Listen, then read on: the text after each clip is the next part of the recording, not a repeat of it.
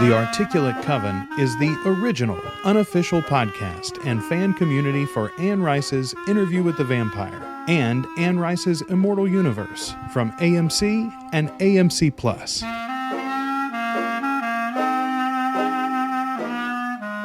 Welcome to The Articulate Coven. We're your hosts. I'm Joel. I'm Ashley. And we are The Articulate Coven. And Ashley, we are movie watching again.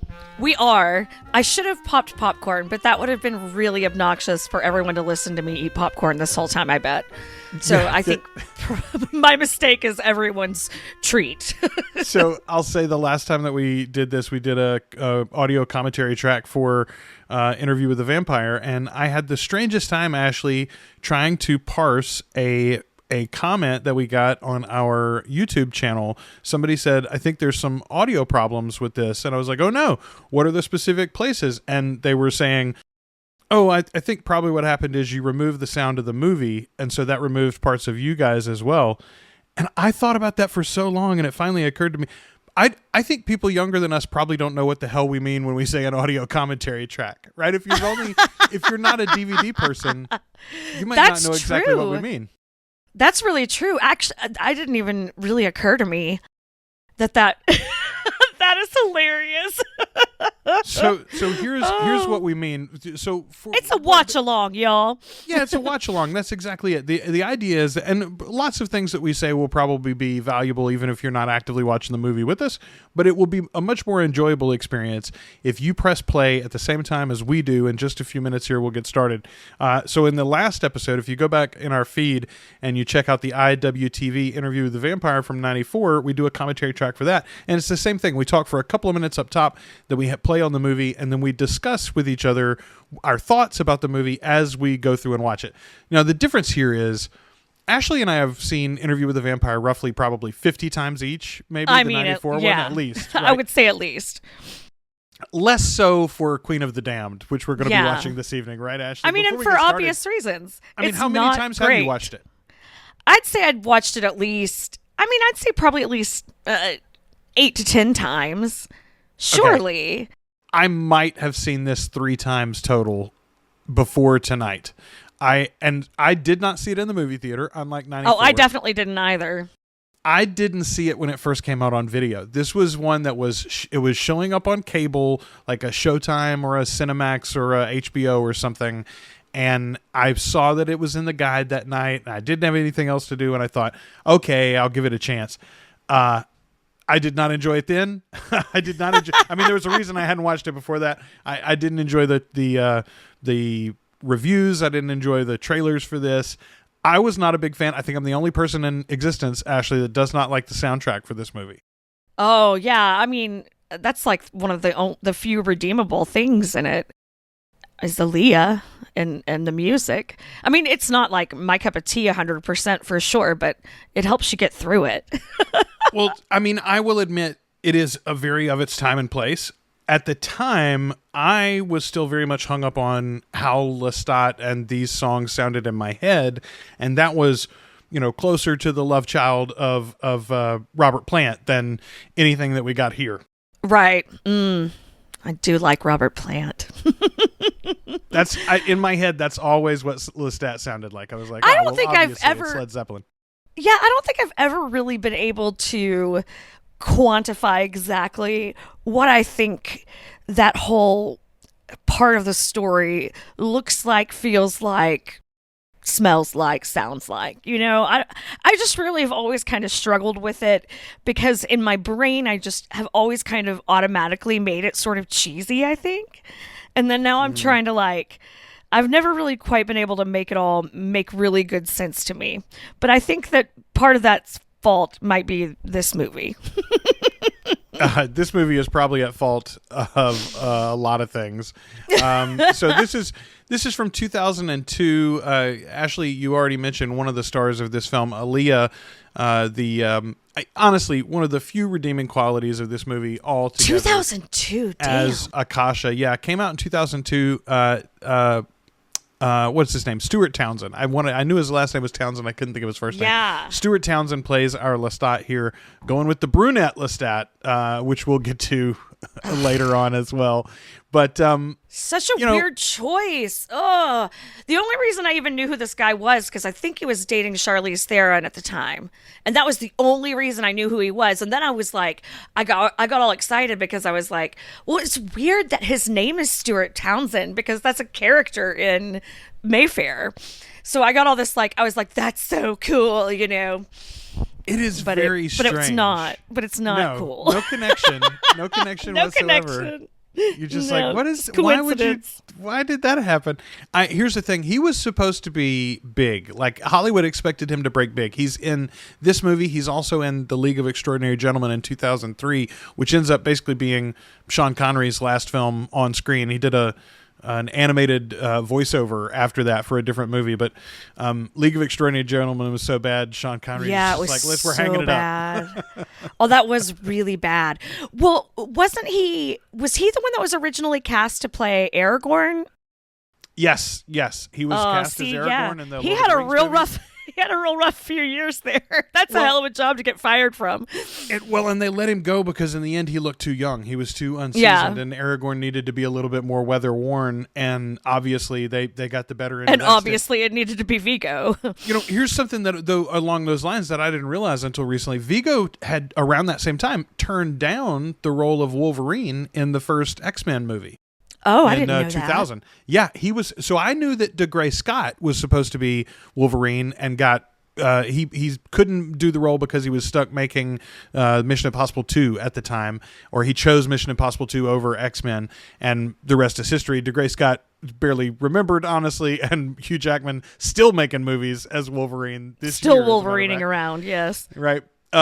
Stuart Townsend, man, he had a swing in Hollywood, but it did not work for him, and ladies and gentlemen, tonight we are going to see why, I think, actually. Bless his heart. So here's the deal. This one is a little bit shorter than Interview with the Vampire. It's just an hour and 40 minutes or so. Thank goodness they did not tally. We're going to get ready to roll with this in just a few seconds. So cue up your movie. If you're not ready yet, pause this episode now and go rent it. As Ashley said, this one's probably not one to purchase and add to the don't library. buy this. You don't need to buy that. We don't need to buy this. It's not necessary. Rent it on Prime for $2.99. Yeah, and get on with your life. Man, I gotta tell you, every now and again I would be like, well, I can't rent a movie. We've got all these I'll just have to watch something on streaming. And then I remembered we used to drive across town and pay $5 a pop to rent a movie. Exactly. And have to return it immediately, and not watch it at our leisure. All right. Can I say that that's also how I justify buying charge ups and things on my stupid games I play on my tablet, like spending money on dumb games on in-app purchases. I'm like, I could be at the arcade putting quarters in a game, but instead I'm sitting here on my couch putting quarters in a game. That's coven math right there, ladies and gentlemen. That's coven math. That's it, coven math. All right, here we go. We're going to start Queen of the Damned from 2002. Let's watch this trash. 3, 2, 1, play.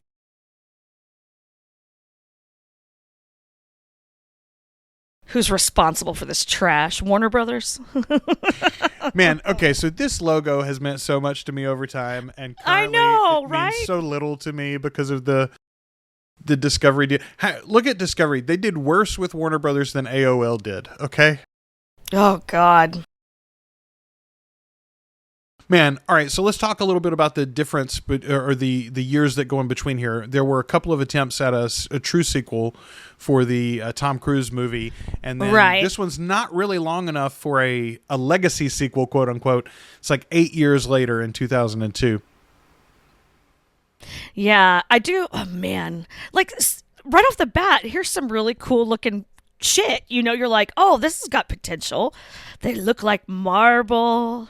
Fascinating. I'm so excited. And then no, this is just such a pittance of the story too. It's just like this little sliver of the story. Not even all the good stuff either. Well, we talked about it last week. Even in the 94 movie, which we both really, really enjoy, still, I think it holds up largely. It's clear that things are rushed, and you and I both complained in comparison to, the TV series where things get to breathe and live. This story, even more so. This is a 2-book story that they jammed into an hour and 40 minutes.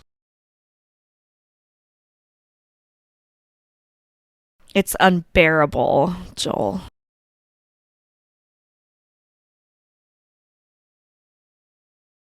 Let's acknowledge he at least tries the accent. A wee French accent, yeah.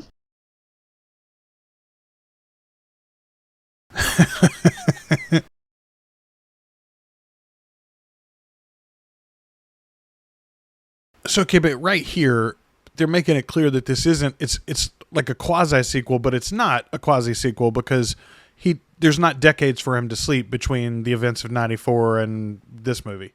No, and this also isn't set he's in the future or anything. Right, and also he's clearly not the same Lestat. It's not just he's a different guy. It's just a very different version of the character. This is so like I don't think Stuart Townsend read any of these books.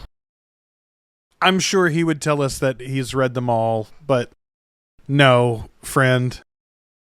And now we get these punk rock band members, which I thought were very fun in the book. His little band.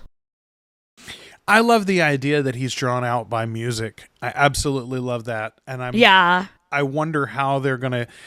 You try to put yourself in the shoes of the showrunners and think, how are they wrapping up season 2? And I can't really see exactly how that segues into him being drawn in by the band. But maybe he's awakened by the band elsewhere and then discovers Louis and Armand's little ploy from across the world, you know? There's a lot of nipple rings in this movie. There's so already, many nipple like rings. right off the bat. I think there's at least one that gets ripped out in this film, too. It's been a while. Oh, shit. I don't remember that. That's amazing. He's just not having any fun. He's not. He should already be having fun. He's just so not Lestat. Yeah. Yeah, this is not great casting. I would say this is not great casting throughout. Like a lot of these people are very uninteresting to watch on screen. The gal that plays Jessie, bless her boring heart. Okay, so I do like that little howl there, and the fact that it's clearly, more than human. The reaction here is nice. Yeah, I do too. An otherworldly kind of thing. Oh God, I forgot they've all got thick Southern accents. That's just so. It's even unnecessary. They don't have to have bad Southern accents. A vampire. I'm fairly certain she showed up on a couple of seasons of True Blood. I've never watched that or read those books. Oh, God bless you, don't. Well, I say that. Listen, okay. So the first season of the show is very, very enjoyable. And the first, I would say, 2 or 3 books are pretty enjoyable, too. They're lighter than Anne's works, obviously. Charlaine Harris is not contemplating the cosmos or our places in it very often. But, they're fun. Supernatural fare if you're into that sort of thing. And unlike Anne's world, all the different creepy crawlies, live alongside each other. There's vampires and werewolves and right. shifters and the whole 9 yards. That's cool. And then also if you're from this area, if you spent any time in Louisiana or Texas or South Arkansas, there are lots of locales that ring true. They go to Louisiana Tech at some point, for instance. Shut up. Alma mater. No, they absolutely do. I think that's in they mentioned it in the 2nd or 3rd book, I think. That's awesome. Do you guys like how we've already started talking about a different vampire show? Yeah, let's talk about other better vampire stories. Oh, Jesus Christ. Okay, I'll give it some kudos where I can. I do like that they incorporate here in a way Lestat's music videos, right? Like the music videos are a big part of the book. and a big part of the vampire Lestat, and that aspect always very much intrigued me. It made sense that he would be enamored by that art form and want to, take his spin on it. And we've already seen in the TV series adaptation that, he is influenced by the period's musical stylings. So one imagines once cinema and television become part of the pop culture, he'd be very intrigued by that too. It makes sense. Yeah, and I mean, and this is like, I think maybe the music video is better than the movie. So kudos on that point. And to the music, I mentioned that I'm not a big fan, but it's Korn, right? It's the lead singer behind Korn is the guy. Yeah, I think so. Yeah. Yeah, it's better than I'll be real. That's all better than I remember giving it credit for. Maybe I'm just feeling bitter today or something. Well, and if you're going to cut something out, the build up to him becoming a rock sensation, I think is fine. Like, right. Oh, a little Easter egg there. Mojo is the name of the magazine.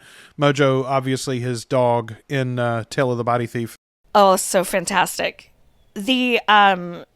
I hate using him as like a narrator though. They're right, like the opening scenes, it's all like, to me, that's like a sign. If you need a narrator, you probably have some bad writing happening or some really telling and not showing storytelling going on. I think there are absolutely this is an example of it where it's not done well. Yeah.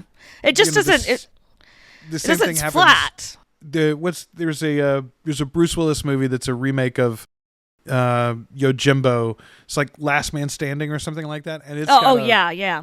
It's got a voiceover in it that's terrible. It's just horrendous. But I will say, I understand the impetus to do it, especially for this story. I mean, Lestat is your narrator in the books, right? And so all of these stories are told through his eyes and voice. They just don't do it well. Yeah. Yeah, I think that's such. I mean, in a film particularly or in a play, I just feel like there's, like, just let's see him doing the things, but whatever. Maybe I know they have to skip ahead and get on with life. This press conference is hilarious. He just doesn't have any pizzazz. I think it's like too cool. Like he thinks he's too cool for this or something. I don't know. Well, it's not fun. That would be okay, but he hasn't earned it. It doesn't ring true. It doesn't make sense for any of these women in the audience to be fawning over him at this point.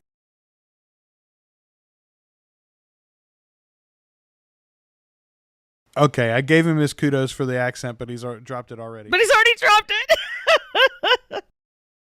Now we're all British again. Sam Reed would never. Sam Reed would never. I wonder how many times we're going to say that during this. Also, our guy's got like brownity brown eyes. Just the brownest. What are they doing? They're beautiful. Look like teddy bear eyes, but that's not Lestat. They give you food and cable and weed. That's really all Ashley wanted in 2002. Hell, Joel might sign up for that in 2024. Food and cable and weed. I was working at Disney during this time period.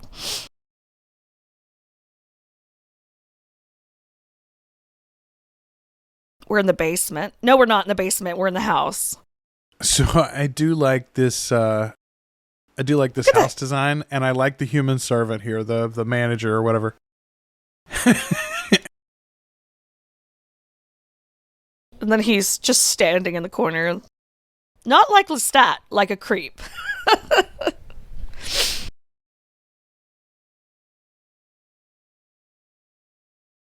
See, and we talked about this previously with his human agents that are mentioned in the finale, his lawyers that transfer the money in the finale of the TV series, Roger. He wouldn't treat the humans servants like he does this guy, like the creepy lingering and like. Lestat is this version of Lestat is just, to me, just feels very kind of generic vampire. Like there's just not much of what makes. Okay. Do you remember do you remember the theory about the Batman movies from the 80s and 90s that Batman and Batman Returns are movies, they're stories of Batman, and then the next movies are films about Batman that run in that universe, and that's why they're so over the top.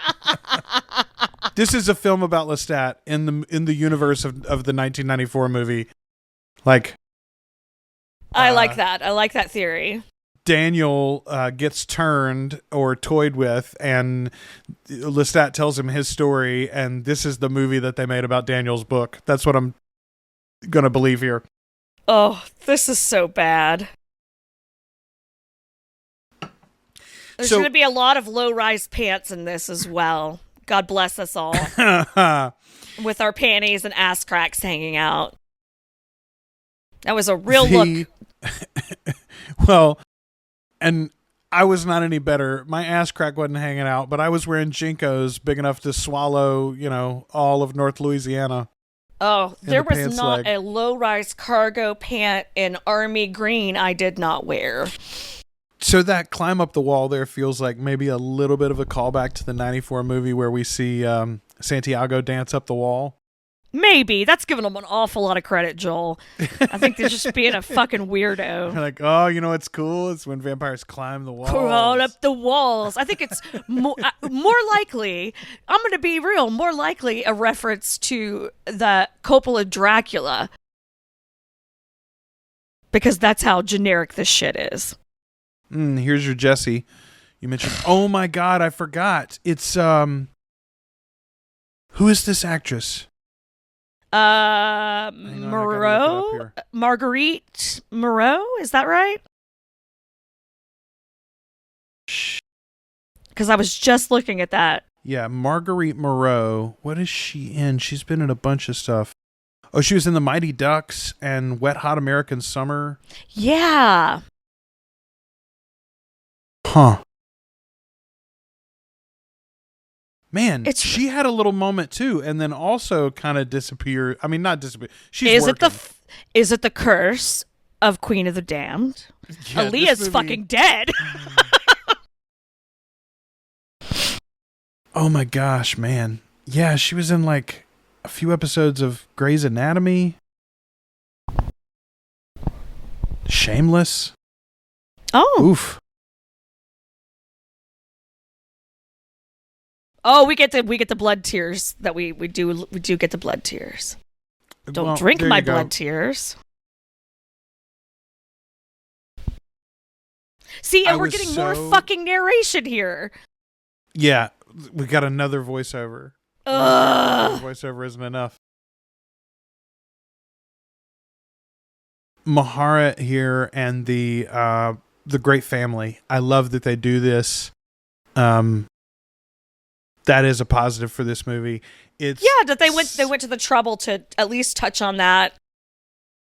It's basically the history portion of Mayfair, which was so truncated and I don't know, combined and crossed over, and it looks like they're going to maybe do even some more of that as we get into season 2 eventually.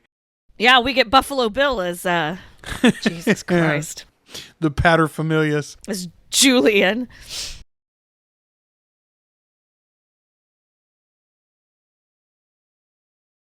Serena Alchol, that was a real person. Yeah, that's a MTV VJ.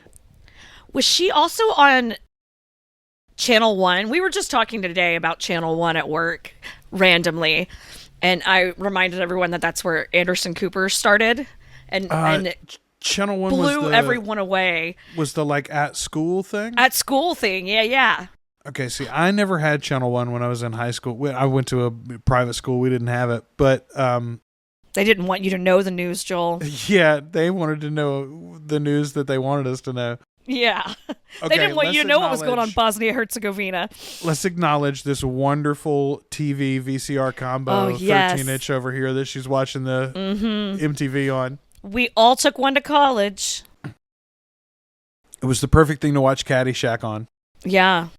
Caddyshack. I was thinking Tommy Boy. Honest to God, Ashley, when I moved to college, I had a my TV set was bigger than this. I had a 25, but it was a 25-inch TV VCR combo, and I had a copy of Caddyshack, a copy of Animal House, a copy of Ghostbusters, and a copy of the 94 Interview with the Vampire movie. Those were the 4 VHS tapes that I took with me to college. I love that. Oh, the Talamasca. I forgot Center that they were for Paranormal Studies. actually involved here. Let's see. Let's play more accurate or less accurate than the Mayfair series. Oh, more accurate. I'm already saying it. I'm really excited that there's a slideshow. That Well, there's that an doesn't make us all International feel Mother House old. too, right?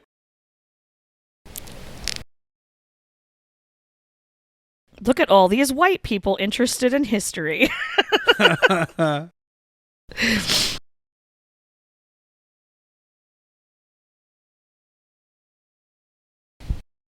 They're about to screw up some casting here, though. I do remember this. Oh, there's all kinds of not great casting in this. And there's just all kinds of use of, like, they use characters' names and then and they're just like throwaways. So like Pandora's in this movie, but she bites the dust literally in a fight and you know nothing about her. Yeah, I think Armand's in the movie too, but he's never named. I don't think out loud. Yeah, I think the only reason, it's only by, looking at cast lists and The cast list. that you know any of that. Okay, so it's been a long Record and time since I observe, read Queen of the Damned. never interfere. Queen of the Damned, but in the book, she's just doing this off the record, right? She's not. They don't tell her not to pursue Lestat, or maybe David has a conversation with her and says to leave it alone. But there's not. She doesn't make a presentation to get authority to do it. I don't believe.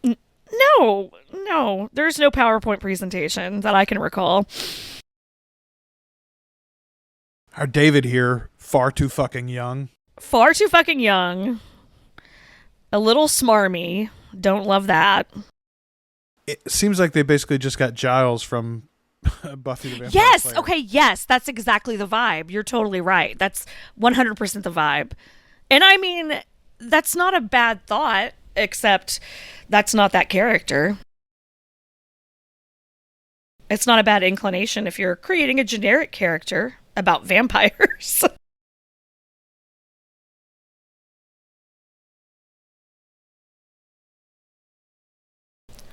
We're looking at some paintings.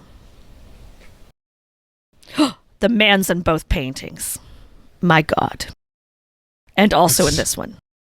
Early representations of Keanu Reeves, the Immortal.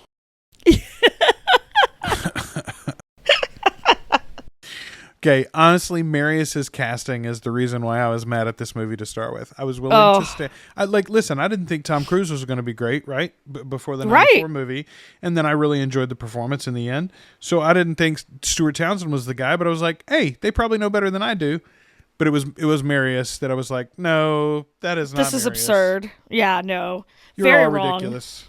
Very wrong. The David casting's very wrong, too. I wonder if we were nicer about this movie when we watched it, when we talked about it the last time. I didn't go back and re-listen. I do. The only thing that I remember, honestly, from that is how much you and I were both awed by Aaliyah. It had been, at that point, I she's think so it had pretty. been, I mean, probably since the movie came out. My was God. the last time that I had watched it before we watched it before. I've watched it once since you and I talked about it last. I watched. I haven't watched it since. A couple of This years is ago. This is my first rewatch since our last rewatch. Yeah, somewhere leading up to the release of the show, somewhere before the TV series came out, like that year, I watched the 94 movie and this one. I love the idea of Lestat writing in French. I mean, it makes It's perfect just- sense, honestly. Right. But he never does, actually, in the novels.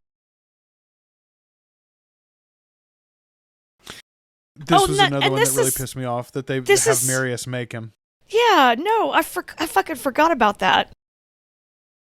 Do I just block this movie out every time after I watch it? Do I just yes. do I Well, just it's disposable. drop a veil over my eyes and pretend it just didn't happen?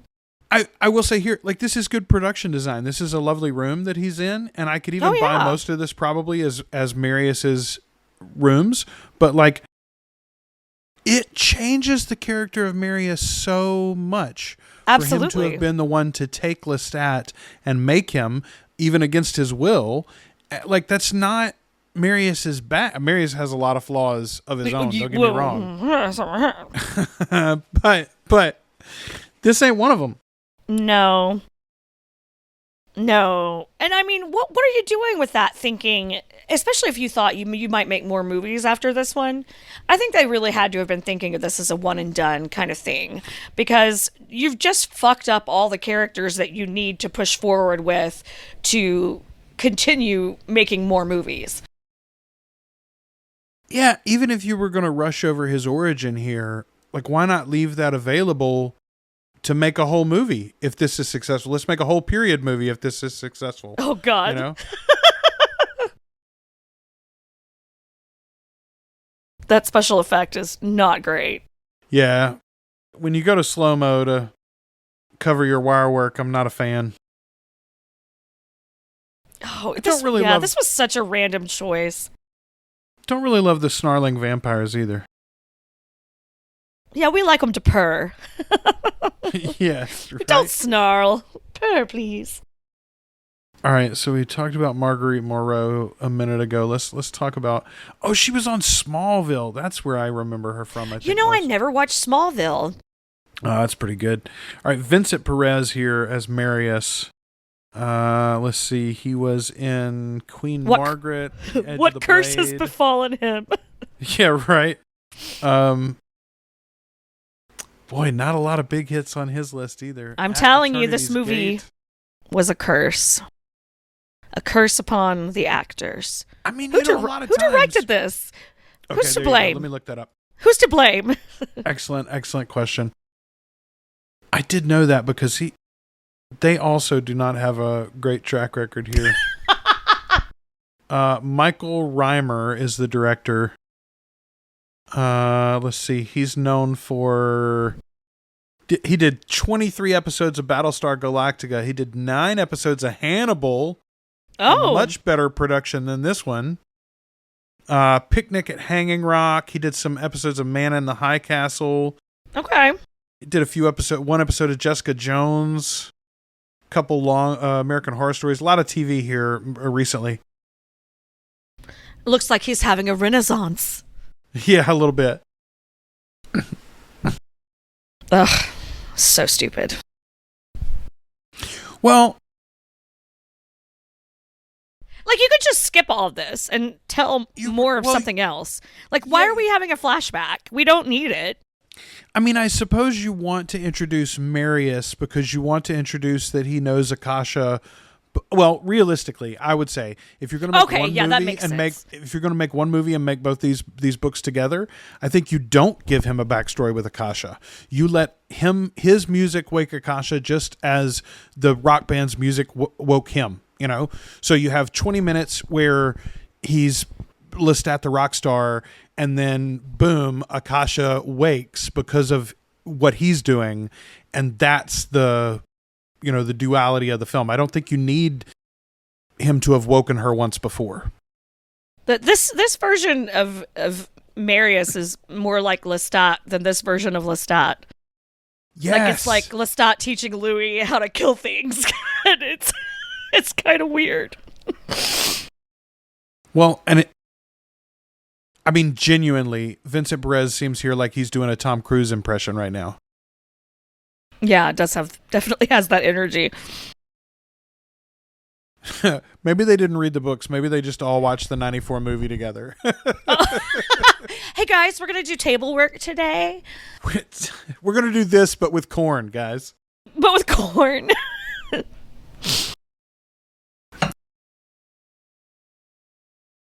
They were you like, don't look beside yourself with the pleasure of anything, friend. What worked? What worked in the first movie, guys? I know, a big bonfire scene where people of color dance around it. Yes, that was. Oh God.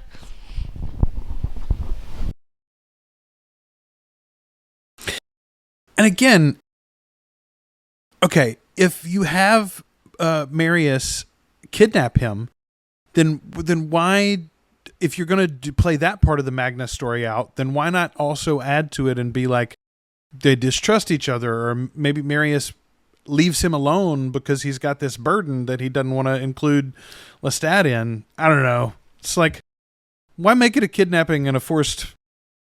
Why keep that aspect of it if you're going to change everything else? Yeah. Why not just tell Especially your own vampire considering- story? Yeah, I mean, I would buy all of this as a vampire movie. It's just not my vampires. I mean, listen, I've seen John Carpenter's vampires multiple times. I'm fine with lots of campiness. Okay. We talked about Lost Boys is a beautiful film.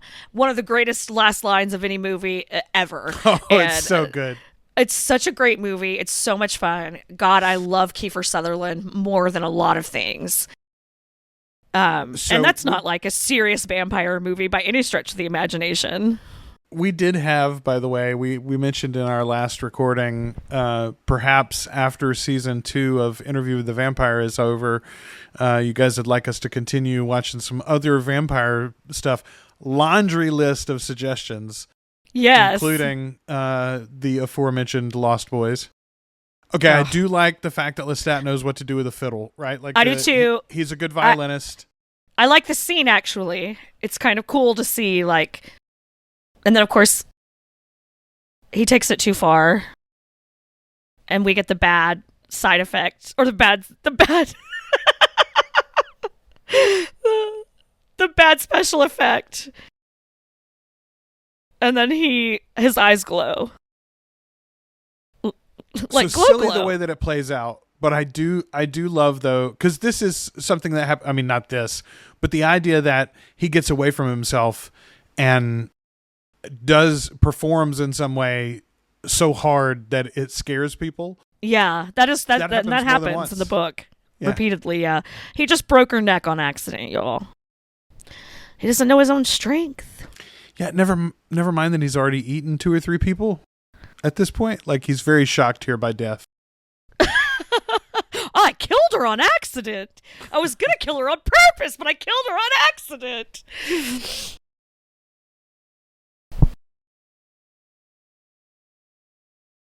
You can't just be out there flailing your vampireness around.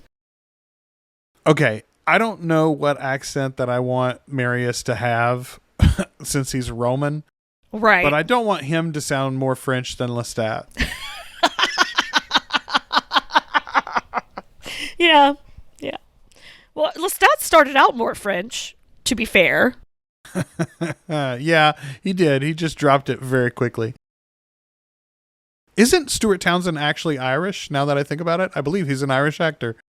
Speaking of our Tom Cruise Irish accent from last week.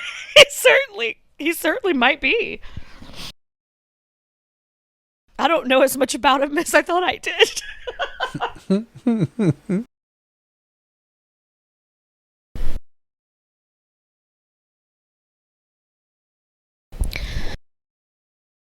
Yeah, I very much like the inclusion of the violin playing and that being what kind of wakes her up to him, you know. Well, it reminds us that we're going to get our favorite violin player, Nicholas, in next season's TV series, based on the trailers and the casting. Bless his heart. How much we're going to get of him, but I'm looking forward to spending some time with him. I hope we get to hear his song this season, honestly. I very much appreciate the fact that we're being given this in a series rather than a film, just because there's so much you do have to cut and snip and remove, and we really get to just kind of lounge around in it. And I like that they don't have to rush with the storytelling. They can move it along where they want to, but they just don't have to plow through. They've got plenty of material to work with. They've got plenty of of books to pull shit from. As long as they don't pull a fucking Game of Thrones and get too far ahead of themselves, we should all be fine. Let's just hope Rollin doesn't get a big Netflix deal that he's trying to rush off and do. Never in my life has a ball been dropped.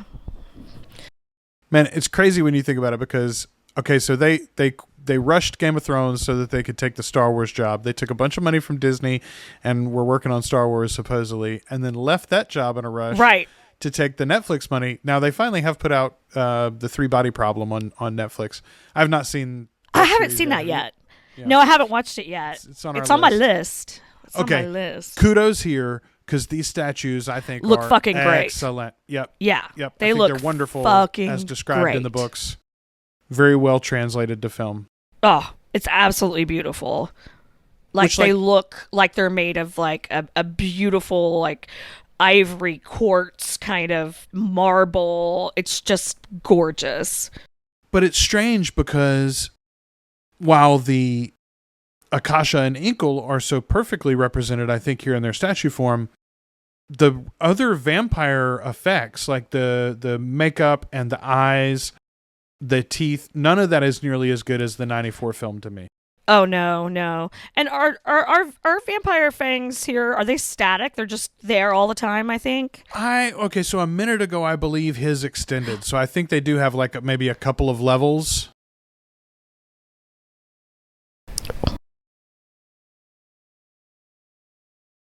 Yeah, she's fantastic. She's lovely. Well, and their chamber is pretty solid too, I feel like. This is not bad production design. I think like it's the flashes look better when we get there. Yes, the flashes of her as herself, as we'll see her when she's awake, are really great.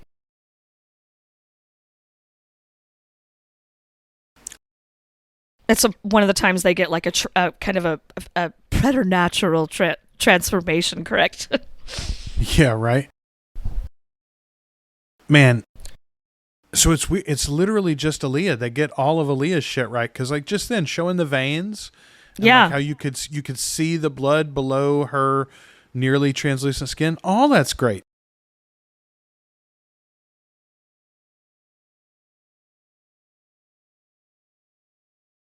So one of the things that I like in the books is that Marius takes these like big trips. Like he leaves for a long time. He does it with Armand. He does it when Lestat's at the house as well. He does it. Does he do that to Pandora a couple of times? Yeah. Yeah, absolutely. But he does that, and then because he's got the flight gift, or the cloud gift, he can come right back. And it's not a problem. He gets around. That Marius, he do get around.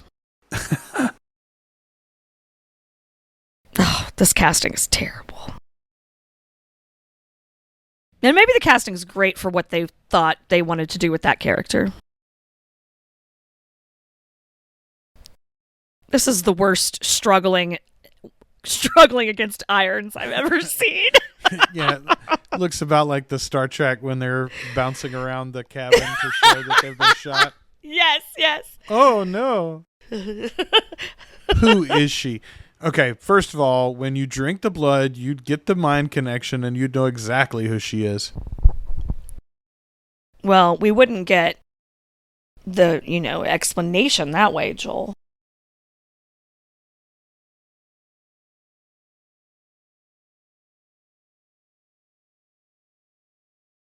Huh.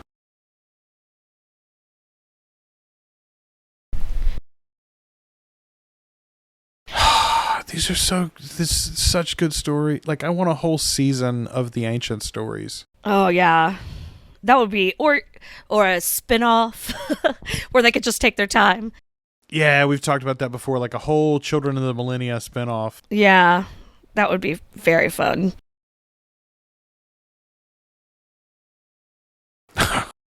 Where would he have chains or ropes thick enough and strong enough to hold him now that he's had Akasha's blood, by the way? Right.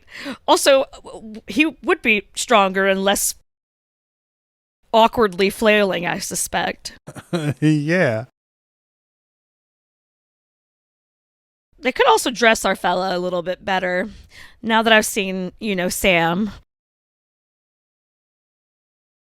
I mean, he's got worse frills than Tom even. Yeah. These are not nice duds. But yeah, no, there's nothing nothing fancy and fabulous, which is also something Marius loves. Marius is like all about the pretty cloaks and beautiful fabrics and dressing his little boy toys up.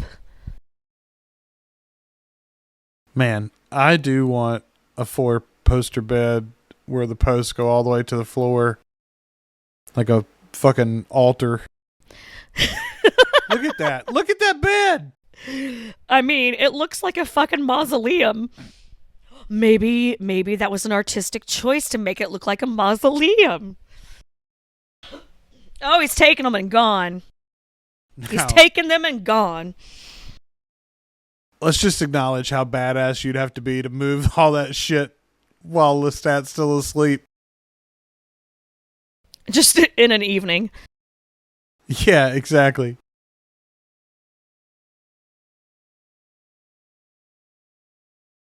I'm so sad. See, all of that is unnecessary. Like, you could have...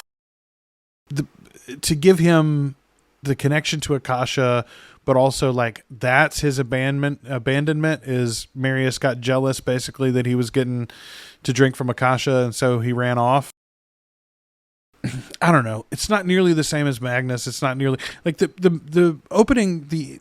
His origin story with Magnus is so tragic that it almost makes his bastardry to Louis make sense, and like you can almost forgive him because his own origins are so harsh, and then he loses Nikki shortly after. Anyway, to make that about Marius is a big waste on all fronts. Yeah, and here we had another little voiceover, an unnecessary voiceover. Can't we just tell she's going back there? Can't we just tell she's doing something she shouldn't do? She's doing something dangerous. She's out looking for trouble, even though she's been warned against it. Can't we just do that and not fucking tell me? I would never know based on her outfit and the hair, Ashley. Look. I thought she was going to church. Right? She doesn't look like she's going out to a vampire bar at all. To a vampire bar, right? I mean, the dream is a vampire bar, obviously. We all want that reality. Let's just ignore... I like Muscle Mommy over here, I will admit. Muscle Mommy. This bald-headed, beautiful lady. Woo! I'll get her a drink.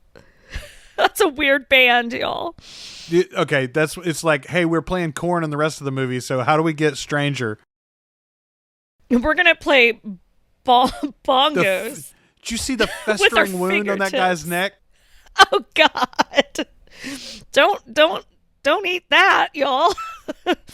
Looked worse than the orphan's wrist in the Théâtre de Vampire in the 94 movie. Oh, God, bless his heart. She just is so boring. Why is everyone so boring in this? See, like, what did you expect? You literally... Why are you acting scared? Vampires. You are bad at this. You were so bad at this. And then, what is up with this guy's makeup?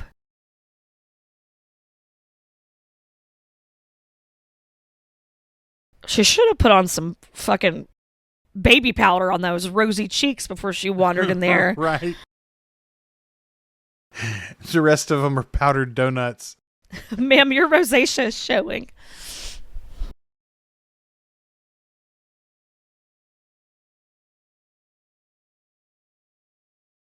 She's really bad at sneaking. She's one of the worst.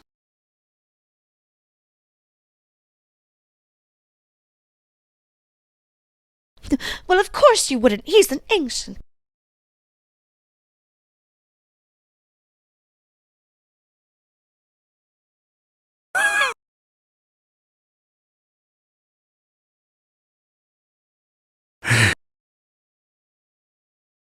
Like, yeah, you can't pull off that sort of BS when you literally gasped and ran away earlier. Right. Somebody shot a fang.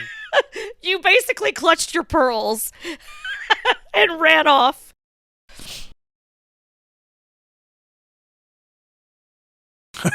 It's Lucius Malfoy.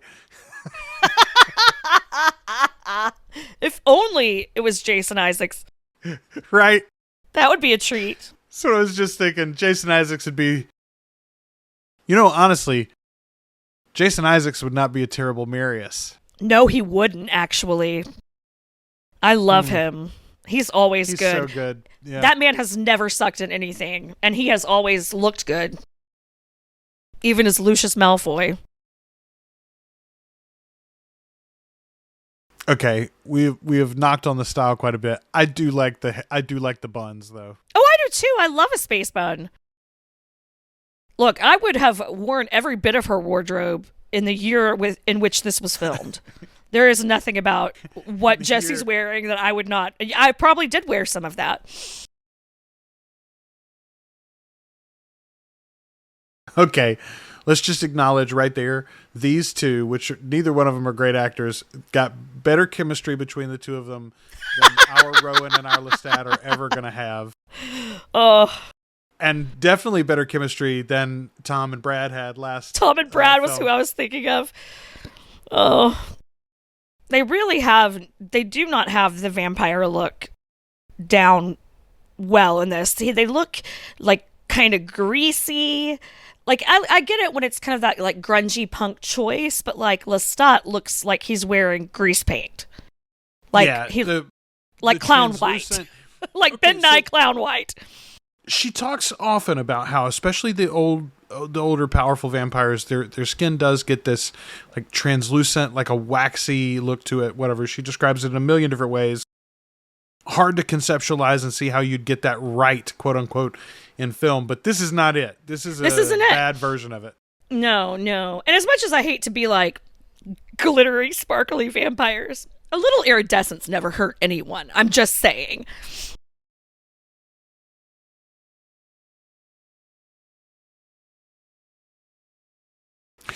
Okay, so the script is pretty bad too. It's so bad. We're supposed to be in London now, right? Because the bar that she was talking about wanting to go to was in London.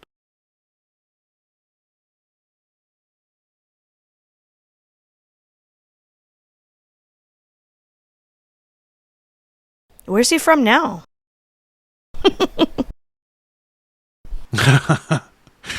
Let's talk about the Claudia erasure here too, by the way. Those are Claudia's diaries that she found and read.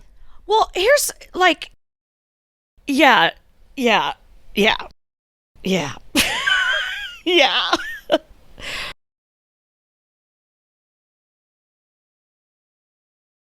I'm Googling something real quick. Yeah, I don't believe in the books that Lestat ever writes, actually, until... I don't think he writes his story at all until the events of the Vampire Lestat novel, when he wakes up and begins to chronicle it for himself, and he's making the music. It's like... Is Louis even in this? I don't believe so. I don't think so. He's It's like even Louis. In this movie at all. This is complete Louis.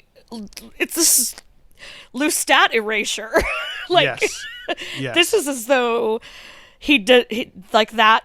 That story never happened. Interview with the Vampire never happened. It was like, hey, that kind of gay stuff in the last one did not work, so let's just cut it totally out of this one. Let's pretend like he's never, like that's never happened. It's so conveniently there's a red-haired girl in this one that we can make Lestat in love with.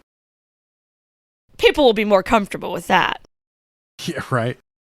I want to acknowledge. Okay, it's not a bed. Those are two. What are those? Two giant sofas behind him? I thought that was a bed behind him. I don't know, because I really got distracted by this cast list of Queen of the Damned, by this performer, this actor, who I'm sure gave a wonderful performance in this film, named Pip Mushin, Mushin, and his character name is Guy Being Sucked. Isn't that great? Guy Being Sucked. one assumes that was him that was like laid out between the two vampires. That's the one that she responds to so violently when she like turns away, gasps. Guy being sucked. I saw that movie one time. It didn't have any vampires in it. Oh. Did you watch that on your TV VCR combo? yeah, I did. Didn't bring that one from home, though. No. I had to special order that one. Came in a magazine back then. You had to call a 1-800 number. Hey, we got a store eventually. On the outskirts of Ruston. We did, on the outskirts of town. You had to buy a membership before you could go into the back. Man. Okay, the coffin here is pretty nice. I would say I like the automated coffin that Daredevil sleeps in better, though, in the Ben Affleck movie. Do you remember that one? I cannot. He has to drown out the sound. Like they do a big deal in that movie where he can hear people all the time. So to give himself peace at night, he like floats in basically like an immersion tank, but it's in a coffin. It's like a big metal coffin that closes around him. Brett and I make so much fun about Daredevil and Elektra. Man, see, Elektra's another one from this same time period that I never, still to this day, I have not seen. Oh, we haven't either. We just make so much fun of it. It's just absurd where those movies went. Absolutely. Oh, and it's just sometimes you see pretty good actors just losing their ability to speak words correctly because of the material. It just is like they just don't know what to do with it. It's like you either think you're too good of an actor for it, or you're overcommitting in some way to the semi-seriousness of it and not finding any of the fun, or there's no fun and you're just stuck in it. I don't know what the problem is, but it's any of the above. So this scene, you're seeing the two of them stand there across the room from each other. It reminds me a little bit of the, you remember the third Matrix movie? There's like the big fight in the sky, Mr. Smith and Neo, they're flying around. Oh yeah. But it's nighttime. Both of them are dressed in black. It's just silhouettes basically. You can't see who's doing what. And somebody at the time made the point, and they're like, this is why Superman wears bright red and he has a cape. Like, so you can fucking see what's happening. Yeah, so you can see the fight. And this is an example of like, the production design for this room isn't terrible. Like this would make sense for some of the vampires in the novels, and both of their costumes are very colorful here, but the combination of the way they've chosen to shoot this film and their muted color palettes for the characters, just very drab. It all bleeds together. Like this whole fucking scene is just like, you know, a paste of gray. Yeah, paste of gray. Oh. God, I forgot. It just doesn't get any better. It doesn't. I mean, you think. And to they're yourself, on his crotch. They're sitting on his crotch.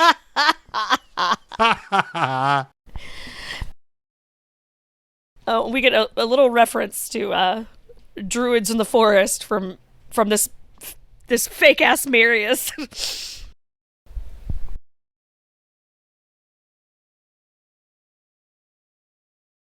I do think that fake ass Marius has come to my mind more than once watching this movie.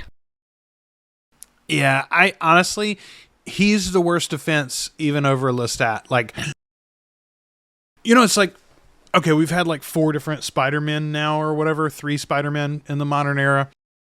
And they're all fine, honestly, if you just like take them in context, right? Like Andrew Garfield in his movies fits. Tobey Maguire absolutely fits in his movies. Tom Holland, I think, is perfect for the modern day, right? MCU. Love him. And in this movie, you could convince me that this was the Lestat of this unit. Okay, yeah, that's fine. Oh, I'd forgotten she just rips his throat out. Okay. Yes. So, see, that's another one that I'm really looking forward to seeing done right. Yeah. The scene of her destroying the king and the way that it's presented is he's like this glass case. Like a husk. Like she's just like. And then he shatters, I think, in the novel. Like somebody touches him and he shatters or yeah, falls apart or something. Yeah, I very much want that. I very much want that. Yeah. Anyway, so Stuart Townsend, you could convince me, okay, this is like a version of these stories, and in this universe's version, this is what we have for a Lestat. I'd be like, okay. Like you look at him in context of the movie, and that's fine. This Marius is out of context even in this movie. Yeah. Like, nope, that doesn't make any sense for what you want this guy to be. He's too flippant to be the kind of person who would take on Akasha and Inkle for thousands of years, for instance.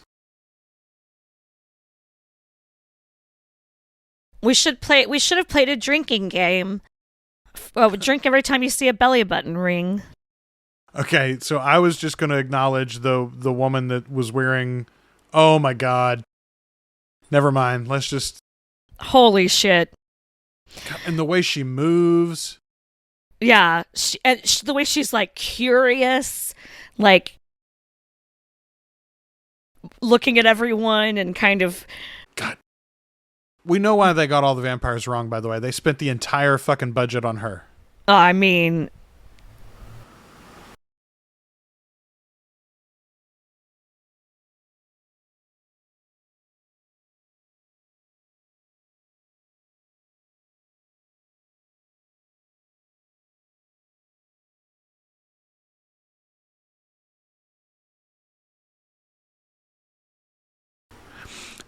I don't know how I want Akasha to sound either, but that I don't either. Yeah, I don't really... Yeah. It doesn't... She's got a... ruin got a her little for too me much by any Romanian. stretch of the imagination, but it is. It's got a little Eastern European vibe to it. But I mean, her costuming is incredible.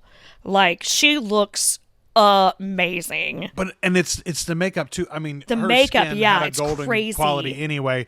But the fact that she literally looks like she's poured out of molten gold. Yes. It's unbelievable. Yes, like molten bronze and gold and...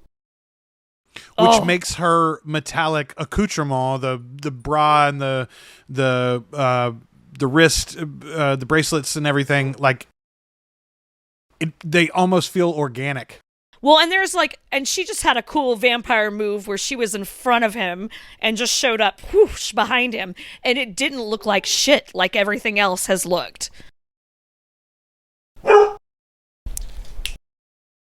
My dogs have decided they're going to get crazy just in time for the eating of hearts. Man. Why is everything so fucking hard? So fucking hard for me.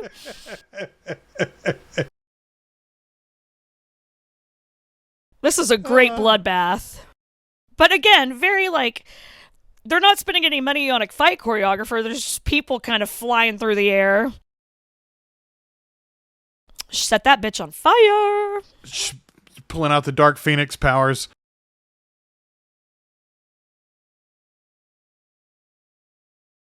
Yeah. This shit's fantastic. Well, and again, something I'm really looking forward to seeing all of this done well. Like Akasha lighting young vampires on fire en masse is really powerful, as shown in the book. Those are some really amazing sequences. And she's enjoying herself. Thank you very much. I'm glad someone's finally having fun. An hour into this movie, someone's finally having a good time. And let me just suggest that metal bra would be hot as fuck coming out of that fire. Mm-hmm. Yes, it would be very hot. And not in the Sam Not in a Reed good way. Yeah. Mm-mm. Not in the Aaliyah way. Not in the Aaliyah way.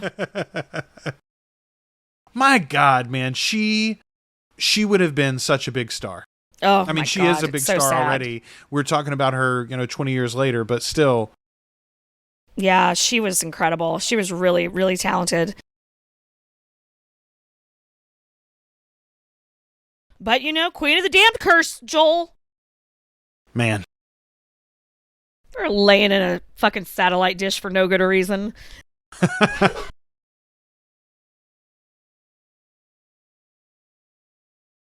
Come out, wherever you are.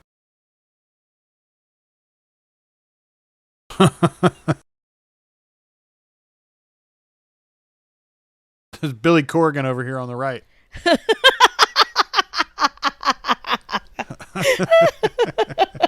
He was a big fan. Well, and I will say, that's one thing I do remember from the making of this film. Jonathan, what's his face, the corn guy, is a big fan of the subject matter. There he is. There he is. I 100% would have worn that dress.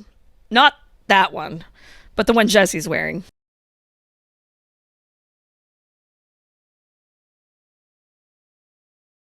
Yeah, I do love that he continues to bring Lestat girls to eat. Like, you're just going to be fine with that?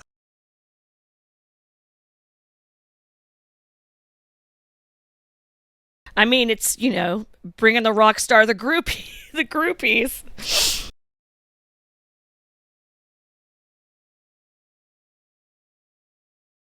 See, she's dressed up to look like a vampire, like she's cosplaying a vampire, as And we would she say looks- today.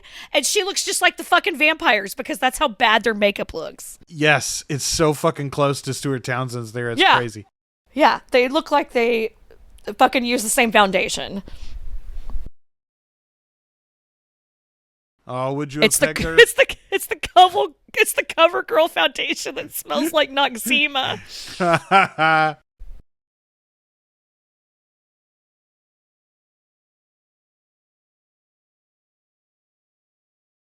He's named Roger, which is the guy in Mimnock, right? That he kills. Yes, I think what's that his is face's the bad guy in dad? Mimnock. Yeah, the gangster at the beginning of it. Mm-hmm. I assume. So they try to give us Easter eggs, but they even. Well, so I assume that was like a modern version of Roger. They're like, he's not a. Oh, he's Roger! Not, yeah, I think it's just that's his current lawyer guy, whatever. That's the iteration of him.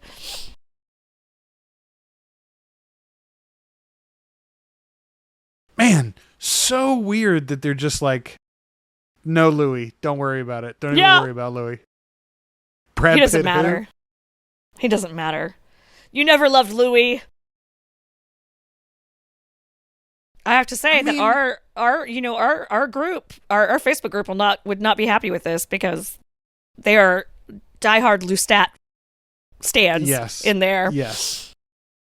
Well, I will say, I think that the TV show is a little self-selecting for that. If you really enjoy the TV show, it is almost definitely that you're going to be a fan of the Lestat romance or relationship, just because it's so central to their marketing and everything else. Like that's what the show is about, clearly. Yeah, or at least it's very what much it was about pitched as. It's very much more about the relationships than the action, if that makes sense. Like, that's why we're staying. That's why we watch, because those two have sizzling chemistry, unlike these two. What about the fucking fern wall back there on the back left of the apartment?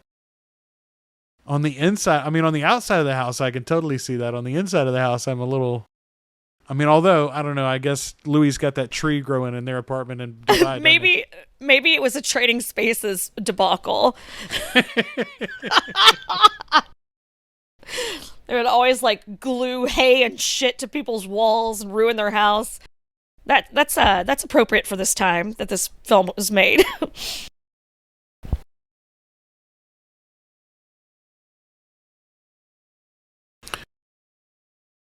You know, this flight does not have the same resonance as Superman and Lois Lane. No. No, it does not. Do you remember how there was a song? She sings a song in her head at that moment when they first fly in the Superman movie. No. Have I blocked that out? Does. Go check it out on YouTube when we're done here. She Margot Kidder sings a song there. Well, you can't just take a bitch flying and drop her off the side of a building, you asshole. That's why women don't trust you. You're right. I will Would you never be trust you to safer- take me flying again. Would you be safer alone in the woods with With a bear, with man. a bear or a vampire? I was just reading a post about that today. I never understood until I met you. Your humanity. Yeah, it's the first time that Lestat's ever been drawn to humans. Jesus, this is genuine. Who is this man? Okay, so this isn't just Lestat erasure. It occurs to me since Marius is his creator, there's no Nicholas either. Yeah. No, this is like... Our guy has a totally different existence. He's had a totally different life.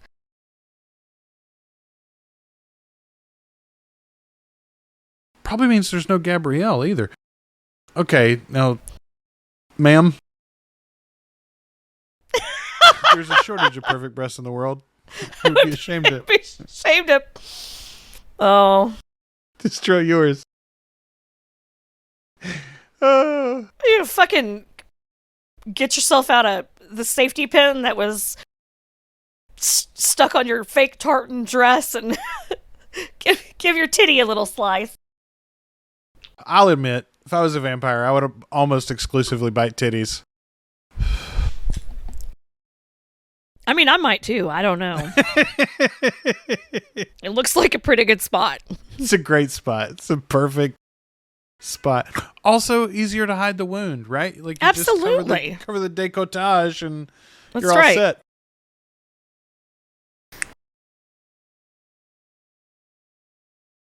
So Lestat apparently living out of the solarium there. Yeah, the fucking... What are we doing?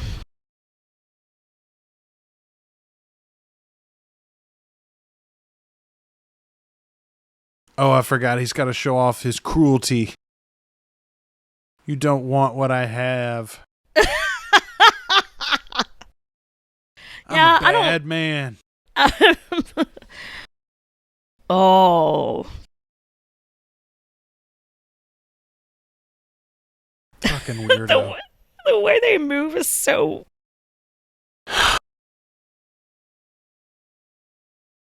odd and not in an interesting way. Man, for a second I thought that was Molly Shannon. I'm a superstar. Oh my god. I would God, that would be the best. That would be the actual best if that was Molly Shannon. I'd give this movie 2 more stars immediately if Molly Shannon were in it. You see what I am? Are we French again? He went there for a minute. Frenchish?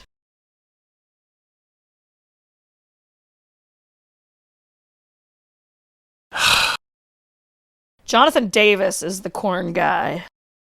Yeah, I was pretty sure his That's first name his was name. Jonathan. He just, it feels so wrong for this lead singer of Korn to be named Jonathan. Jonathan. Right? Oh. I mean, it'd be worse if his name was Daryl, I guess, or something. So they're going to Vampire Palooza now. Vampire Palooza, fuck yes. What? Slash hey, Korn did slash the opening. Coachella.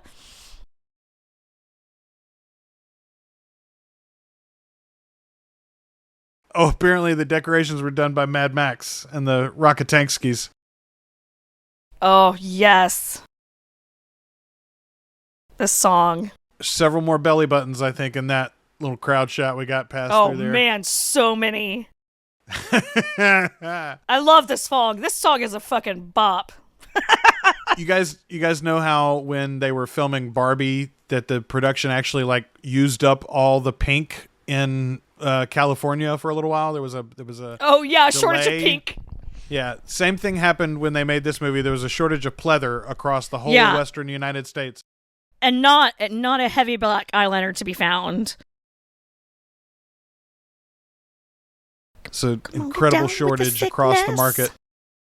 Yeah, David just wandered into this group. He fits right in. Ooh, See, okay, and you mentioned earlier, like, our Marius is more Lestat than Marius. There again, Marius never toyed with the Talamasca. That was No. Lestat still. No. Now, they did have Marius Marius's wasn't really paintings. fucking with anyone. No, he was was just too trying to busy taking care of the fucking- Queen and King. Exactly. That man had burdens. And he was babysitting. I mean, think about it, though. Like, what if something happened to your baby, every baby in the world died? I mean, that's effectively Marius's issue, right? Right! He's babysitting for all of the babysitters. Yeah, this bitch has a bad day and decides to take a walk in the sunshine and everyone's screwed.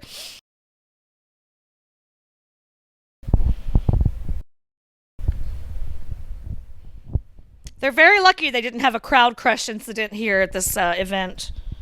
I don't see proper security or very clearly marked exits.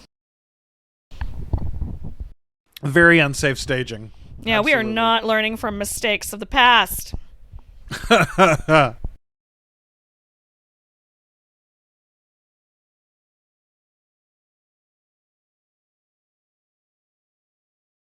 I mean, I don't know. There are obviously some lyrics for all of these songs in the novels. Not a lot, Right. but she's got a little taste. I don't think basically any of those were used. No. And of course, a lot of those, like, it's a cycle of songs in the novel, and it's really like, Like a storytelling. Like yeah, his- through the music, he tells his story, and he tells the story of Akasha and those who must be kept and everything. The origin story of the species, so to speak. I do love all the pitchforks and plastic axes. This is a very appropriate. Yes.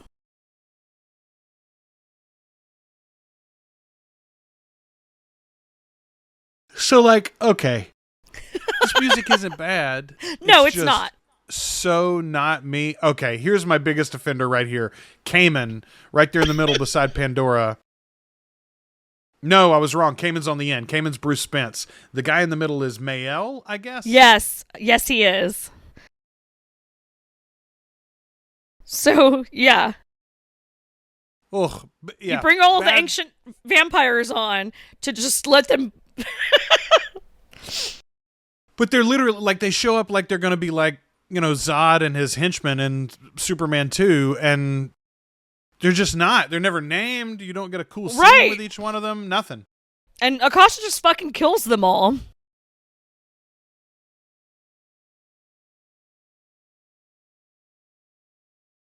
But that's like, I mean, to have Maharat as one of your main characters, you connect him to Jesse, and then you don't do anything with that either. No. They went to the trouble of, like, setting it up, but it's not, like, part of the whole... It's not any part of the story. Which is why it's weird that it seems like they would want to make another movie. But like I said, they fucking have fucked up so much of it. Where are you gonna go? You don't even have Louis. We haven't, like, it's seriously like Interview never happened. Okay, right there was a perfect example. You were talking about how we were talking about earlier. The girl comes in and her fake white vampire makeup basically looks just like Stuart Townsend's. That crowd scene there, they have to give us the glowing eyes on all the vampires because otherwise you wouldn't know who was who. You wouldn't. You would not know.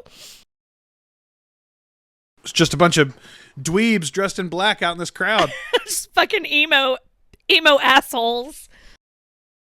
Not a deodorant stick in the bunch, I bet. Oh yeah, it's a very balmy, smelly group. Fucking I out in guarantee Death that. Valley with a bunch of goths dressed head to toe in black.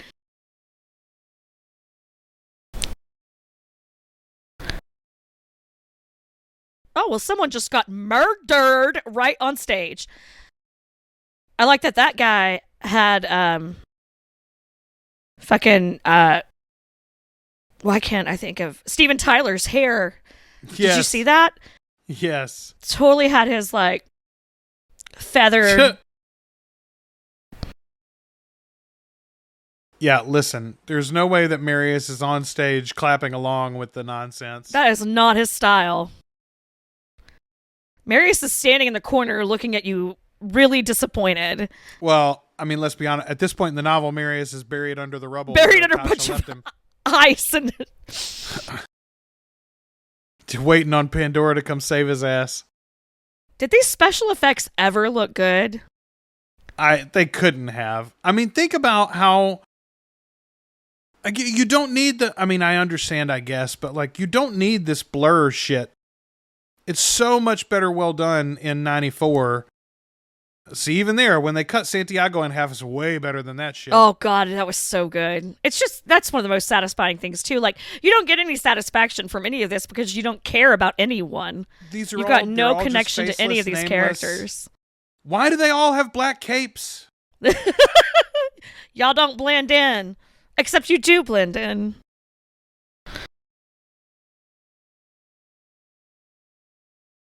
I don't have the fire gift. Do you have the fire What gift? the fuck's happening? Just like dumb mortals to sit out there and cheer, not knowing what the hell's going on.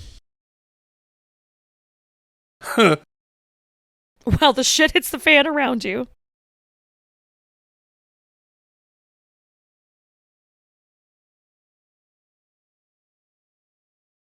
Okay, so that was supposed to be Maharet Pandora with the shawl over her head. Yes. And then Armand is the blonde, I'm pretty sure, is supposed to be. Yes, I think so, yes. And so the disheveled guy there is supposed to be Mael, which is fitting. Mael and Jesse have a connection in the books through Maharet, but that looks way more like Cayman than... Right.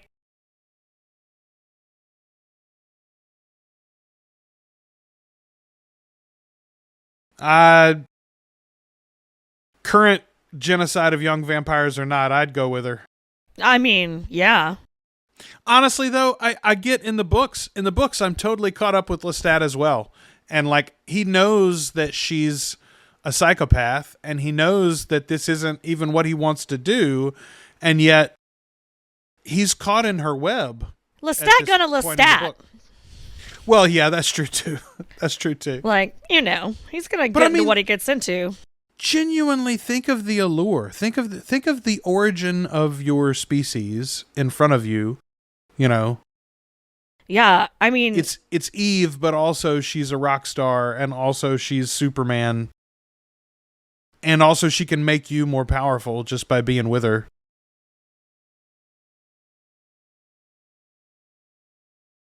It's compelling. And you know, we talked about this in the book discussion, but Akasha is a appealing figure in her own right too. She's simplistic. She's naive, and in the end her logic doesn't play out, and it's clear that she's too simple to follow. Look, listen. But I think most of us could agree that men suck. Yeah, no, and absolutely. that's kind of her journey, is that, boy, the world would be better if there were less men in it. like way less men. Way less men. Just way less men. So few, you would not believe how few. You wouldn't even miss them.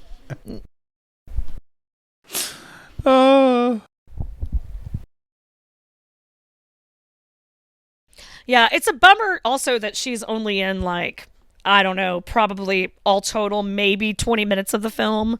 Yeah, 20, 25 minutes maybe tops.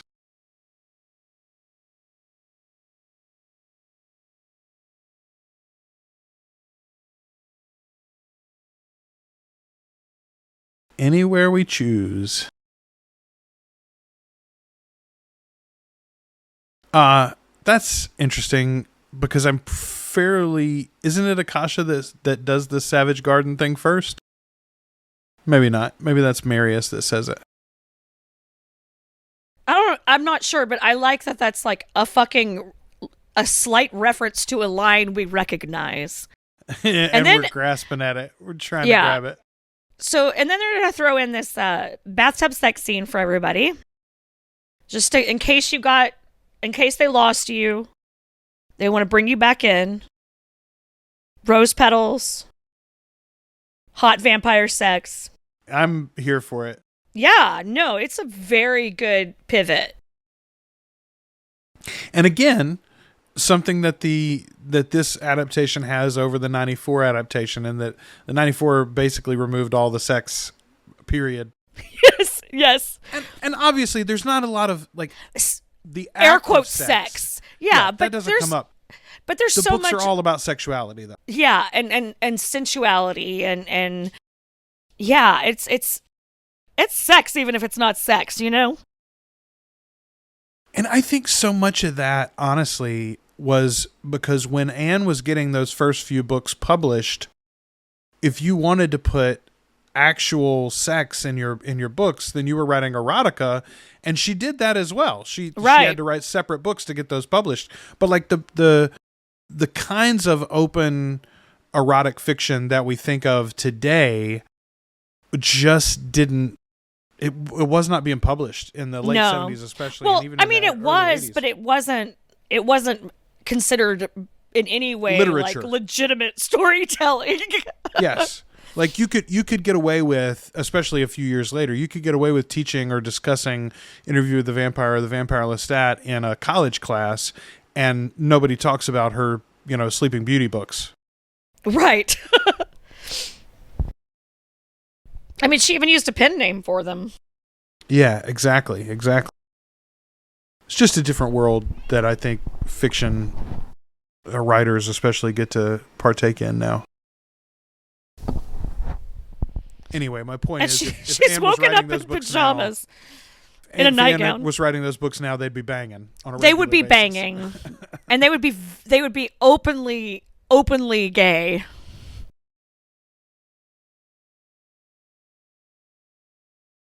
God, and more voiceover. Like, let's It's just go the back to worst, you guys. I fucking hate listen, it. I was thinking, I knew earlier when you first mentioned it that there was one example of voiceover that I really, really like, and it's Goodfellas. You get you get two voiceovers there too. You get Lorraine Bracco's voiceover about halfway through, but when it switches, it's for a specific reason. And once it switches, it's like a whole nother layer of the movie opens up as you get inside her head too. Very different than this film, obviously. This is like, we've got 800 pages worth of a book to put into this hour and 40-minute movie. How do we get it done? Yeah, it is. I mean, it can definitely be used well, and that's a very fucking good example. Also, there's a little bit of like a fourth wall break feeling sometimes with Goodfellas. Yes. And that, and it's not, I don't think it's really overt, but it's definitely a vibe.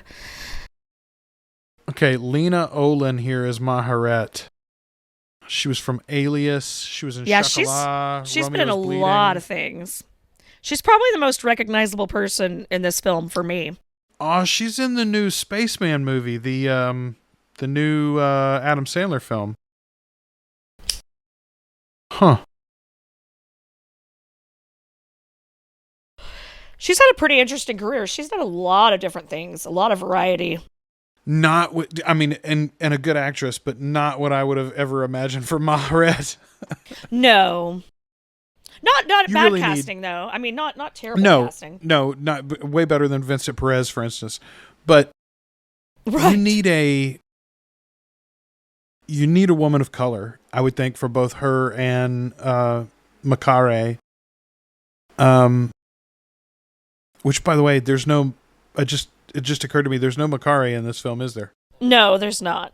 No, we just get one. We just get one part of that. They did One the part great, of that they mentioned twin. the great family in passing, but no twins. Excellent, Right. excellent. Yeah, absolutely. She's Swedish, Lena Olin. Now, what in the Walking in Daylight bullshit is this? Yeah, what in the fucking fuck? You What in said the it right actual earlier. daylight? You said it right earlier. How did we both forget that this even happens at all? It's a veil that falls over our eyes so that we can continue with our lives without our blood pressure going through the roof. You guys remember that time Stuart Townsend made a mockery of that thing we love? Oh, God. The people are all dead, Joel. There's just dead bodies everywhere. It's Pablo Escobar's mansion, I think. I think, does Disney own that island now? No, it don't. That's a Drinking my blood lie. allows you to live in the light. And first of all, you're literally killing all the vampires right now. Why did we have to keep her in a... Why did we have to keep them if she could just walk around? What was the worry, Marius? You just like keeping women in your basement?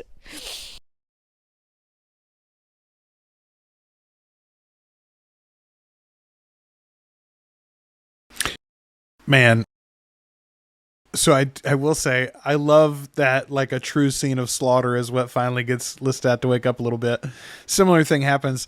I remember the Temple of the Mountain Vampire, right? Where she goes and slaughters all the like the yes, the faithful are going for slaughter anyway, but then she kills them and the vampire and rips them in half and does the whole thing. Sends all the women down into the villages to kill the men. I mean, you probably didn't have to ask twice. All right. Bruce Spence is playing Cayman here in the back in the white. Bruce Spence, if you don't recognize him, he's played two different pilots of helicopters in Mad Max movies.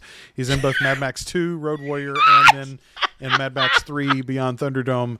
Different characters in each of them, but both happen to be helicopter pilots. That is hilarious. Look at Leonardo DiCaprio as young Armand there with blonde hair. What's up with that? He's a baby. Why? Why would they make him blonde? You have a blonde vampire. Blonde? I mean, I know they didn't make him blonde, but they didn't make him blonde. I guess they figured someone should be blonde. Oh, this movie we forgot. Ashley, this is actually Armand and the Queen of the Damned. That's why Marius made him. They screwed him up. Oh, they just got confused. They mixed up the names is what happened.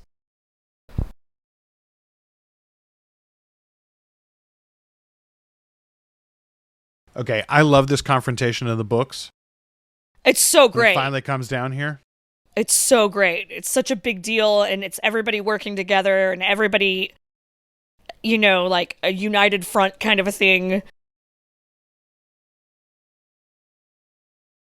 Okay, I like Lestat's outfit here, too. That's the best dressed he's been in the whole movie. It really is.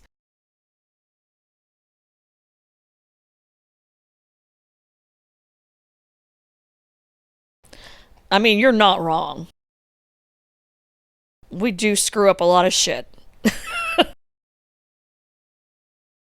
But see, that's crazy too. They just throw over the whole male-dominated. She's just going to kill all the humans. Yeah, I guess they didn't think that would play well. I don't know why. But I do appreciate Akasha's smash the patriarchy energy very much. I want to talk about this bronze thing that she has hanging down in front off of her breastplate. Holy moly, that is so cool. It's like all the way down into her skirts. Yeah. She wins best dressed in this film.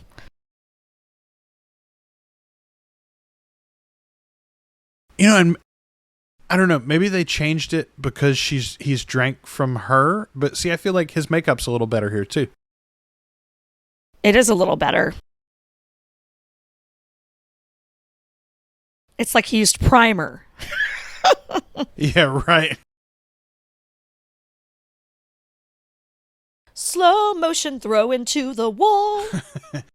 Yeah, if there was ever a time not to do the slow-mo, like go ahead and do that fast so we don't see her dangling.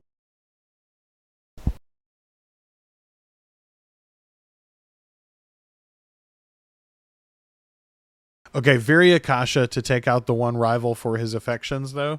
Yes, very much.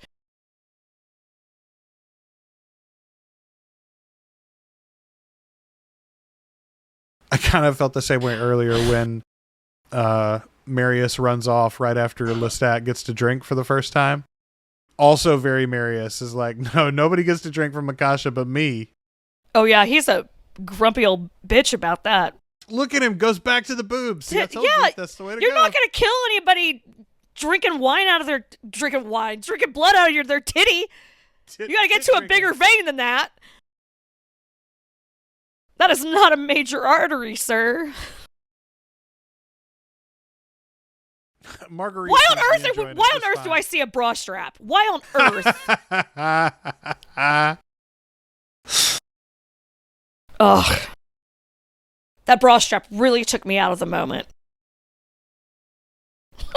Yeah, it is a little bizarre.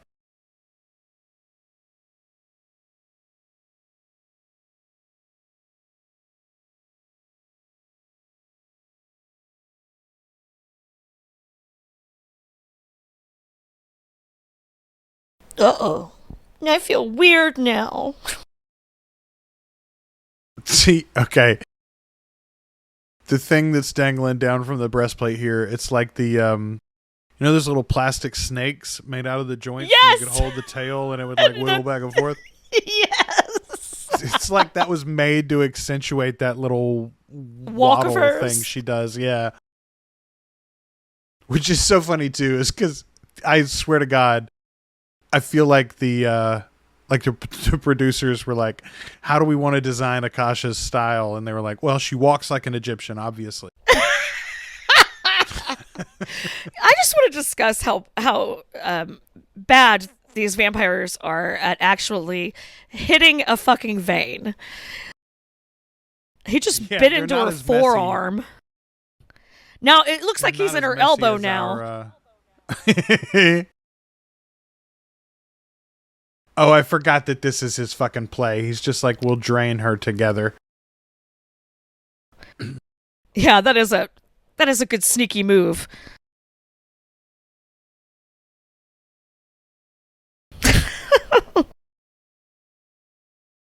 Oh no!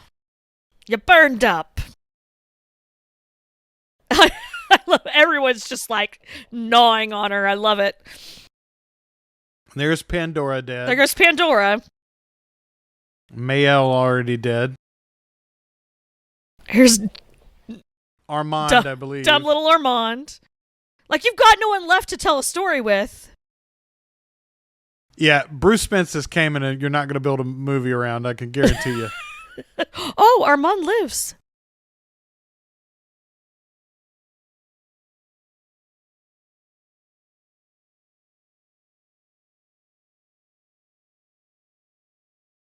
Back in for more.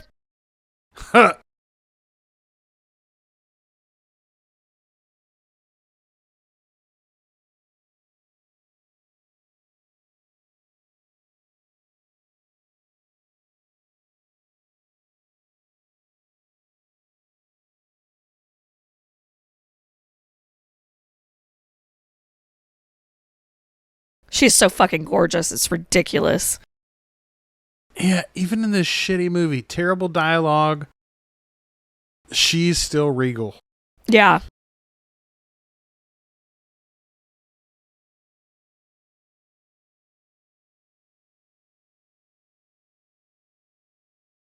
This fake ass Lestat. He's just the fakest.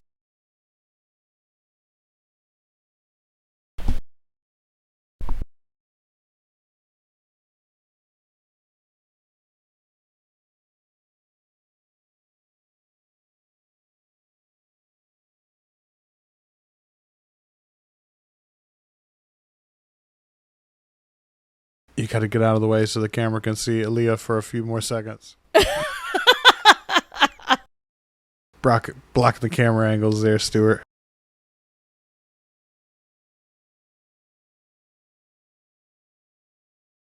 It's got to be girl power, baby.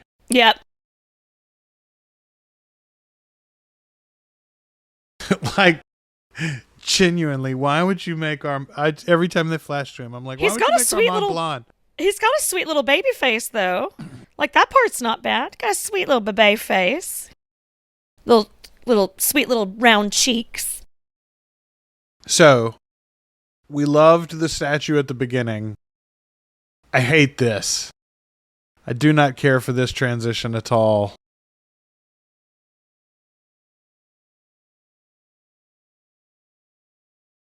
didn't make sense to me based on what they've done, right? They didn't earn this.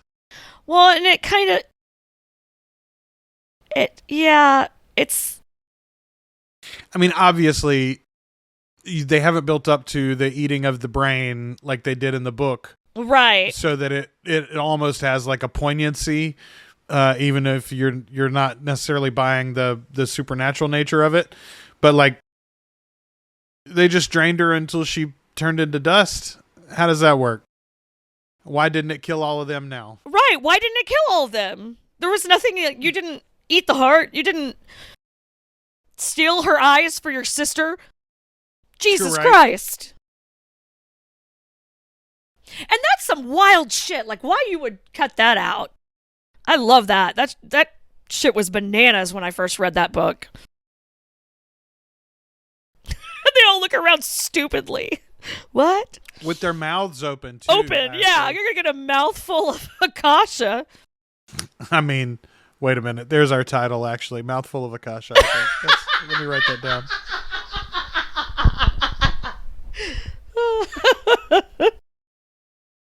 That's too fucking good. And now she's a statue? Wait, what?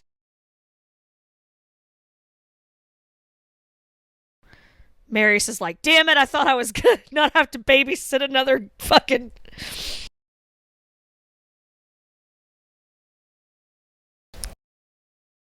She sleeps. Why did she get like a Virgin Mary statue too? Akasha's was all powerful. She doesn't even get a throne. Bitch has to stand up for eternity? Stand up for eternity. Damn it. Can I get a stool, please? My knees are bad. God. I forgot we got the prologue with David. Oh, Jesus, yes. The band carries on without Lestat. How will they ever? Drugs in the water. Yes! It was swamp gas. It was all swamp gas. Swamp gas.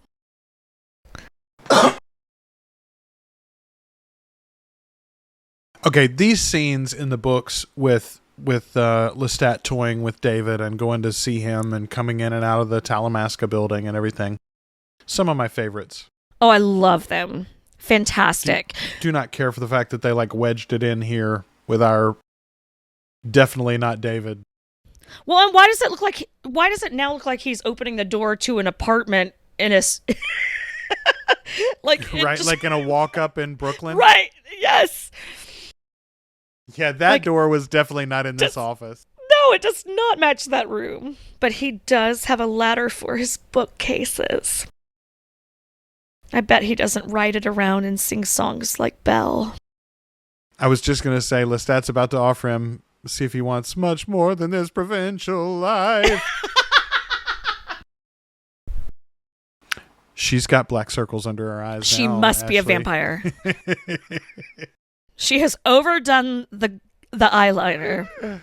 A clear sign of vampirism. I think Stuart's eyebrows got bushier in between scenes here too. Maybe they had to shoot this in pickups. It's like Henry Cavill coming back with a mustache. With a mustache.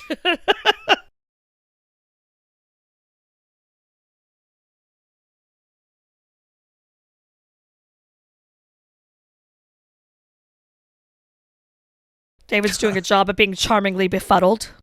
See, but it's bizarre here because like this scene has a little weight if you've read the books. None of this means anything in the movie. Like we've met David twice, and all he's done is complain about Jesse. He just says, "I'm too old to live forever." He's like, what, maybe 42? I was gonna say like 44 at max. Look, y'all, my birthday's next week. I turn 45. I am not too old to live forever. Oh, hell no. I would not get bored. I would keep myself busy.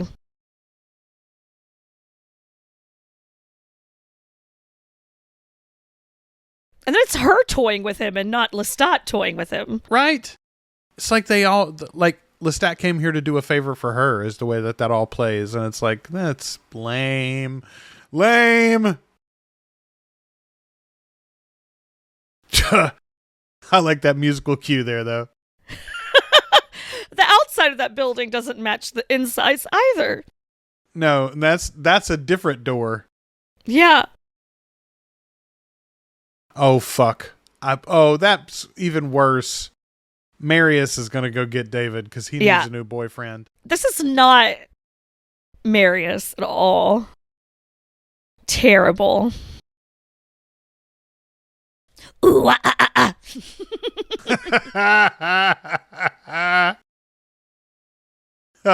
and more slow-mo walking into the city of London I thought instead of San Francisco now. I thought they could all hang out in the fucking daylight now. What are we doing? Yeah, once you've drank my blood, you can walk in the light. That's what she said earlier, so they all can now. Ugh. Okay, see, this song is not bad. I do remember this one. I like this one quite a bit, actually. But, like, what are you doing with this movie? What are you doing with this movie? So, did you see the Dracula that they made most recently? This was like 20. I'm trying to think who even was in it. It was the one where he's like a defender of his country. He's saving his country from the Mongol horde or whatever. Uh-huh. I'm looking it up now. Hang on. When did this movie come out? Anyway, the end of that movie. In memory of Aaliyah, of course. Yeah, it's from 2013. Jonathan. No, that's not it. That's a different one. I like how many fucking versions of Dracula there are that you're like, I know, right? That's not it. Oh, that's not it. Okay, Dracula Untold was the name of this one from 2014. Luke Evans played Dracula in this one. I have not seen that. Charles Dance is in it, and I love him. He is like the evil old vampire in a cave that Dracula gets his power from. But at the end of that movie, spoiler alert, at the end of that film, they fast forward to the modern day, and you see Luke Evans' character, you see Dracula walk away, and then Charles Dance's character is like rejuvenated, and he's in a cafe. And as Luke Evans walks by, Charles Dance says, "The game is afoot," or something like that. And one of the podcasts that I love, The Weekly Planet, they, like every year, they give an award called The Game is Afoot to the movie that does the best, like, tease for a thing that will never actually happen. Nice. Right? Because that movie never got a sequel. That was part of the what do they call it? The Dark Universe. They were going to make like a whole series of new Universal monster movies. Oh, that's right. That's right. And they did that Mummy with Tom Cruise. Yeah, that was so bad. They did the Mummy right after. Neither one of them went anywhere. They just never did anything with it. But that's exactly what the end of this movie always makes me think of when, okay, so the Jesse and Lestat and David tease would be enough, but then the idea that Marius sneaks back in. I mean, I guess they, again, looked at the 94 movie and they were like, well, after Louis leaves, Lestat shows up and it's like a big, like, sneaky boo moment at the end. Like, let's do that again with the guy in this movie that's more like Lestat than Marius. Yeah, I was right, by the way. Matthew Newton played Armand there. He was the young blonde guy. Like, yes. Guy being sucked. You're right. Pip mushing. Yep. Vampire girls sucking also listed right after that. Talamaskins. There were 3 of those as well. Oh. Inkle. Let's pour one out for Inkle there. Peter Olson as Inkle. Not a single fucking line. He didn't get his SAG card for that. I can tell you that for sure. Right? Like, that's a shame. Listen, the character of Inkle's not a great one in the book, but I think he does have a part to play, and I think there's like why, if you're going to write him out so completely, why not have no king, right? Like, why not have her alone on the throne? Right. Well, you know what? I'm going to be on the side of smash the patriarchy and say, oh no, a male's story got sort of truncated in favor of a female's. I'm for it. Who cares? Fair enough. Very fair enough. Oh man, Down with the Sickness Forsaken. None of these songs have happy titles, by the way. No. Oh, we were right. That was MTV and the MTV VJs earlier. I like that credit. Yes, I Rolling knew that was a Stone real used person. by permission. So good. Well, I'm glad we did that.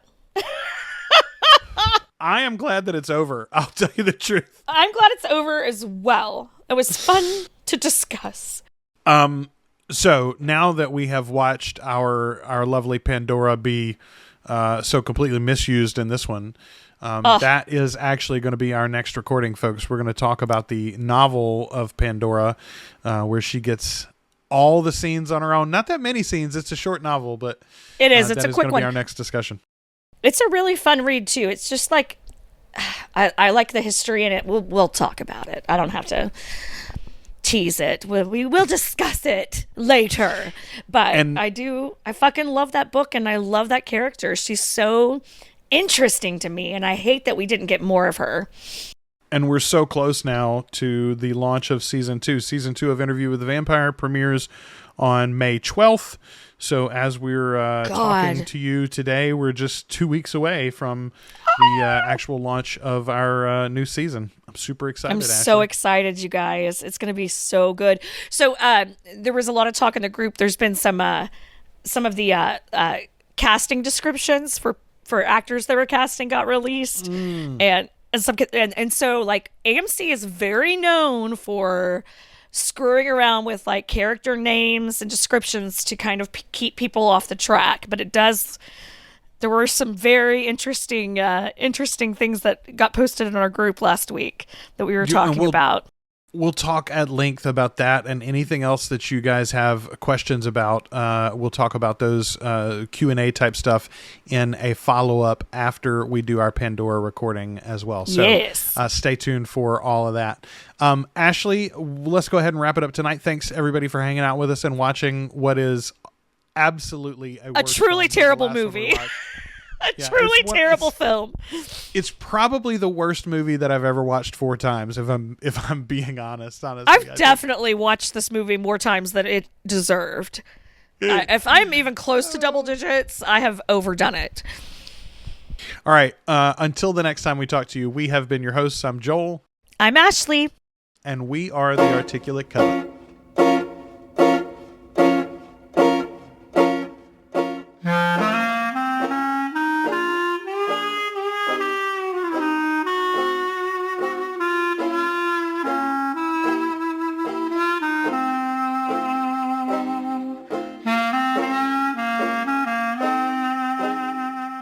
Thanks for listening to The Articulate Coven.